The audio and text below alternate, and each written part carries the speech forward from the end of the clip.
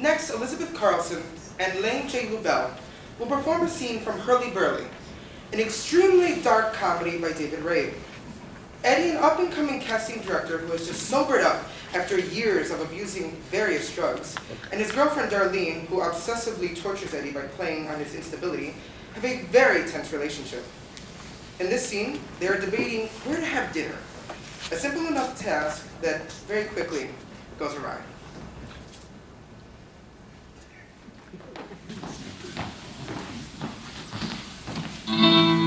The sun is filled with ice and gives no warmth at all,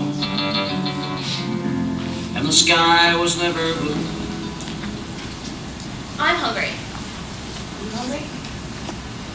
I mean, we don't talk about these things. We're just gonna end up with all this unspoken shit following us around. Want to go out and eat? Let's go out. How about Chinese? Sure. I mean, most of the else. How about roasted cows? That's great. I love the seaweed. I mean, most of the else do you want? How about mommy song? Sure. You like that better than Mr. Chow's? I don't like it better, but it's great. Which one is your preference? I mean, this should be your choice. Doesn't matter to me. Which one should I call? Surprise. I don't want to surprise you. I want to, do whatever you say. Then just pick one. Call one. Either. Why should I have to guess? I don't have to guess, but pick the wrong one. Honestly, Eddie, you can't pick the wrong one. I like them both the same. I like them both exactly the same.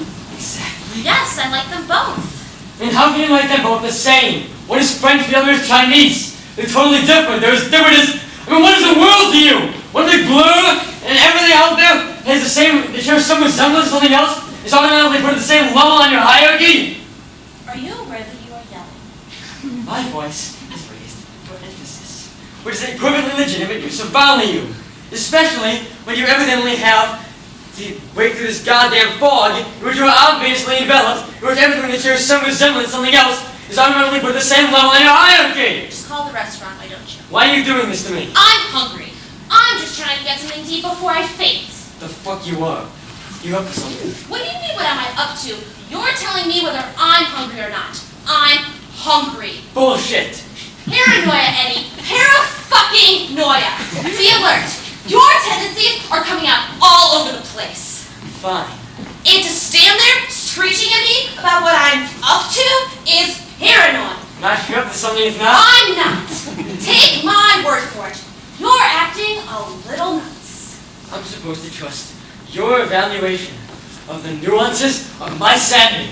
I'm supposed to trust your evaluation of my mental stability? You can't even tell the difference between a French and a Chinese restaurant! I said I like them both! You can't like them both! One is French, the other is Chinese! They're totally fucking different! Not in my inner subjective emotional experience of them! The tastes, the decors, the waiters, the accents are fucking accents! Does none of that make an impression on you? It impresses me that I like them both! Your total inner emotional subjective experience must be this epic fucking fog! I mean, what are you on? Some sort of dualistic trip? And everything's in twos? And you can't tell which is which? To just pull this highway between people who might like to have some definitive reaction from you in order to know? Fuck you! What's wrong with that? Is that what this is about? Those two guys? I happen to mention two guys. I just want to know if this is a pattern. Oh, Eddie. Those two guys? Oh, and you can't tell the difference between people? Eddie. Oh, Eddie. What? This is just really depressing. I mean, and really sad. I really like you. I really do. I mean, What? just don't, on the basis of this, make any sort of, kind of grand, kind of overwhelming, comprehensive, totally conclusive assessment here. That would be absurd. This is an isolated, individual incident here. No. And what is it? It's stuff! Other stuff! Other stuff! It's always there! The family thing, the childhood thing. Sometimes it comes up. I go off. Not even when I see him anymore. Eddie, you're starting to make me sick. I'm trying to explain. I know all about it. What do you know? Your fucking childhood, Eddie. You told me. What do you know? I know that. What is this, a test? I know that your parents were these religious lunatics, these pious. They were just religious. Your father was a minister. I What know. denomination? Fuck you. You said you knew. I just don't think we ought to, with any honesty around this bullshit, to exonerate what is us just being plain mean to one another. That's not what I'm doing. So what are you doing? My parents took me in the woods. They prayed, and then they beat the shit out of me. They prayed, and then they beat me with sticks.